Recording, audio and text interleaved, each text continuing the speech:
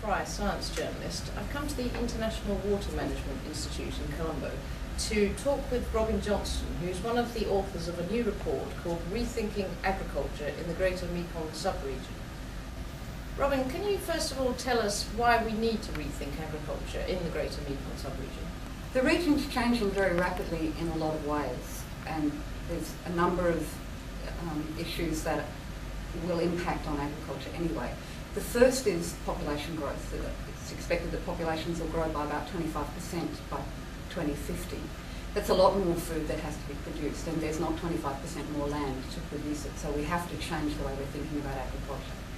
The second is the drift to the cities. Traditionally, most of the people in this region used to grow their own food. Now 20 to 30% of people live in cities, and that has a profound impact on the way that food's produced and stored and consumed. And the third is global trade and investment, and particularly in this region, China opening up and China's enormous demand for imports of both food and non-food agricultural products.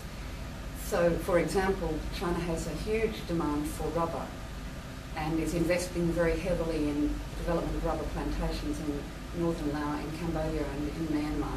That's having a big impact on the way that agriculture is developing in those areas.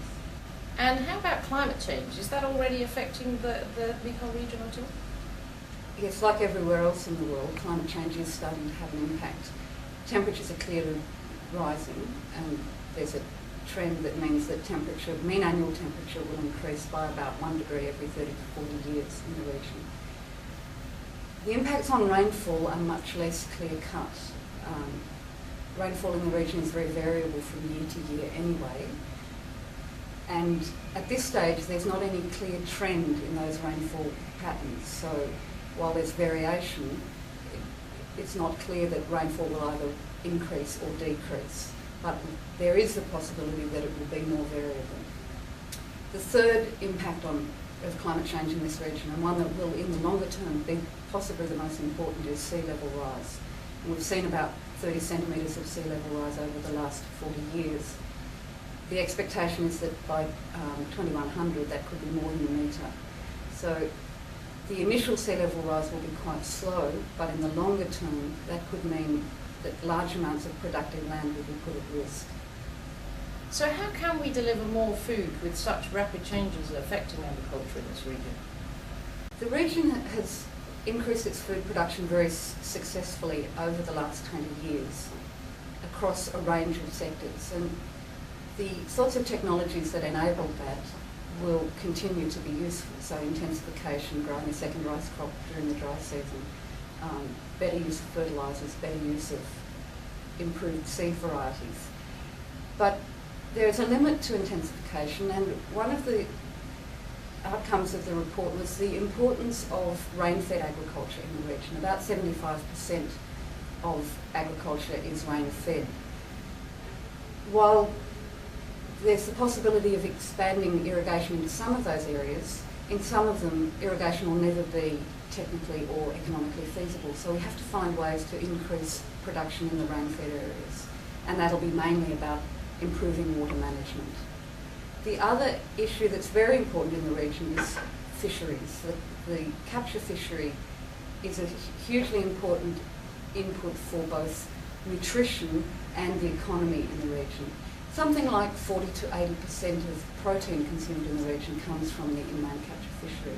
So protecting that natural fishery will be very important. Aquaculture is an important and growing sector, but it still only contributes about 10% of fish produced, and it still depends quite heavily on the capture fishery for both stocks and feed. So protecting the natural fishery is very important. Now, how are we going to grow more food without damaging the environment any more than we already have done? Well, that's obviously a very serious challenge, but it's something that we have to find ways to do. The environment is a resource base for all food production, whether it's agricultural crops or natural fish capture.